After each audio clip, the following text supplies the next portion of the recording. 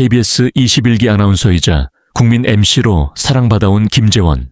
향년 58, 새로 세상을 떠났다는 소식이었다. 믿을 수 없었다. 수많은 사람들이 눈을 의심했고 마음을 붙잡았다. 그는 분명 얼마 전까지도 방송에서 특유의 온화한 미소로 사람들의 마음을 어루만지고 있었기에 이 갑작스러운 이별은 더욱 가슴을 짓눌렀다. 병명은 뇌졸중. 너무나도 조용히, 그러나 치명적으로 그를 덮쳤다. 의료진조차 놀랄 만큼 빠른 진행이었다. 건강하던 사람이었기에 병원 관계자들마저 고개를 숙이고 말을 잇지 못했다. 김재원은 항상 성실하고 절제된 삶을 살아온 인물로 알려졌기에 이번 병의 발병과 속도는 모두에게 충격이었다. 가장 먼저 무너진 것은 가족이었다. 아내는 말없이 병실 바닥에 주저앉았고 아들 김세진은 한동안 아버지의 이름만을 부르며 오열했다. 두 사람은 서로를 끌어안은 채 마치 세상이 멈춘 듯한 슬픔에 잠겼다.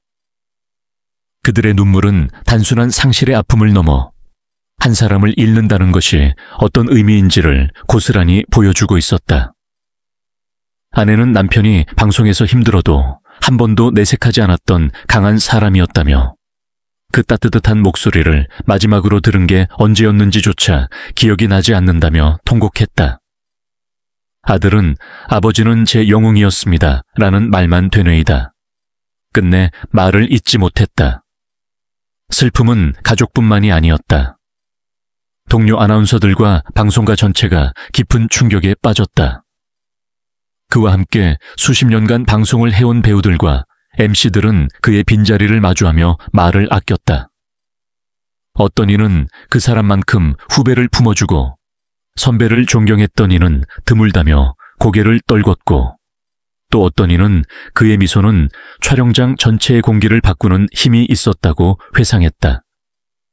방송국 내부의 복도는 그를 기억하는 사람들의 조용한 울음소리로 메아리쳤고 후배 아나운서들은 그가 남긴 원고집과 메모들을 하나하나 읽으며 눈물을 멈추지 못했다.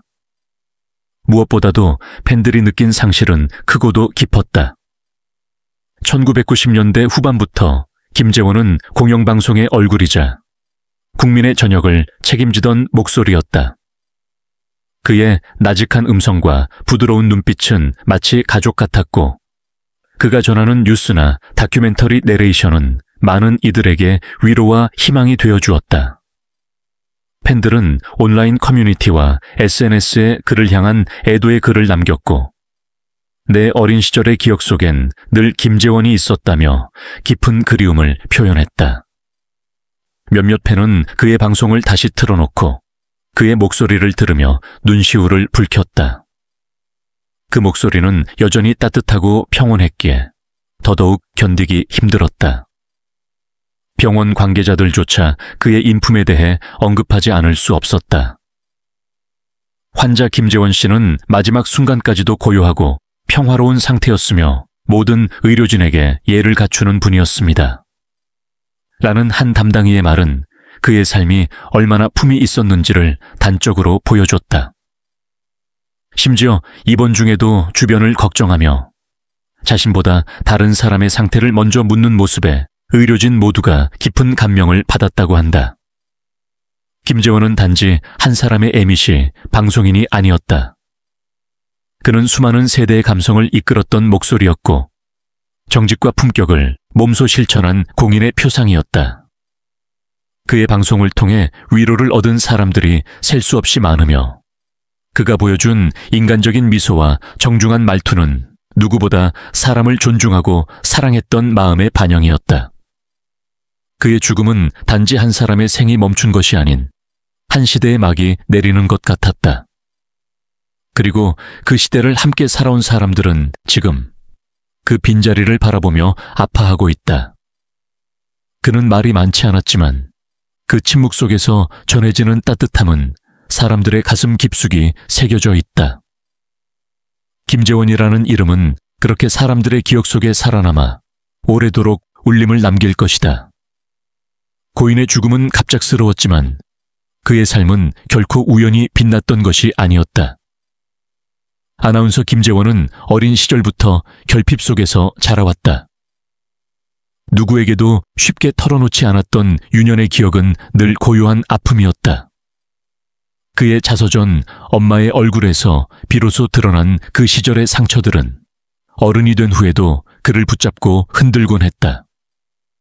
가난했던 집안, 자주 이사를 다녀야 했던 어린 날들, 무언가를 원한다는 말조차 조심스러웠던 그 시절의 감정들. 그러나 그 모든 시간은 오히려 그의 마음을 단단하게 만들었고 사람의 감정을 더 깊이 읽게 했다. 그는 말한다. 그때의 고요함이 지금의 제 목소리에 담겨있는 울림이 되었는지도 모릅니다. 아나운서로 데뷔한 지 어느덧 30년 가까운 세월. 그는 수많은 방송을 거치며 국민들의 아침과 저녁을 함께 해왔다. 하지만 방송인 김재원은 단 한 번도 쉽게 자신의 자리를 받아들이지 않았다. 누구보다 스스로를 엄격히 단련했고 원고 하나를 읽기 위해 수차례 발성과 억양을 다듬었다. 그는 KBS 21기 아나운서로 입사한 이후 시사 프로그램에서 다큐멘터리 내레이션, 뉴스 진행까지 다양하게 활동해왔으며 때로는 후배들을 이끌고 도전 골든벨 같은 예능 프로그램도 함께했다. 그는 단지 말을 하는 사람이 아니라 그 말의 무게를 알고 책임질 줄 아는 방송인이었다. 김재원은 50대 후반이었지만 화면 속 그의 모습은 언제나 밝고 생기 넘쳤다. 깨끗한 동안 피부와 다정한 말투, 그리고 중년 남성 아나운서 특유의 낮고 무게감 있는 목소리보다는 맑고 높은 음색으로 인해 많은 시청자들이 그를 30대 후반에서 40대 초반쯤으로 생각하곤 했다. 실제로 설마 50대라고요? 라며 놀라는 팬들이 적지 않았으며 방송국에서도 그의 동안 외모와 젊은 에너지 덕분에 늘 중심에 서 있었다.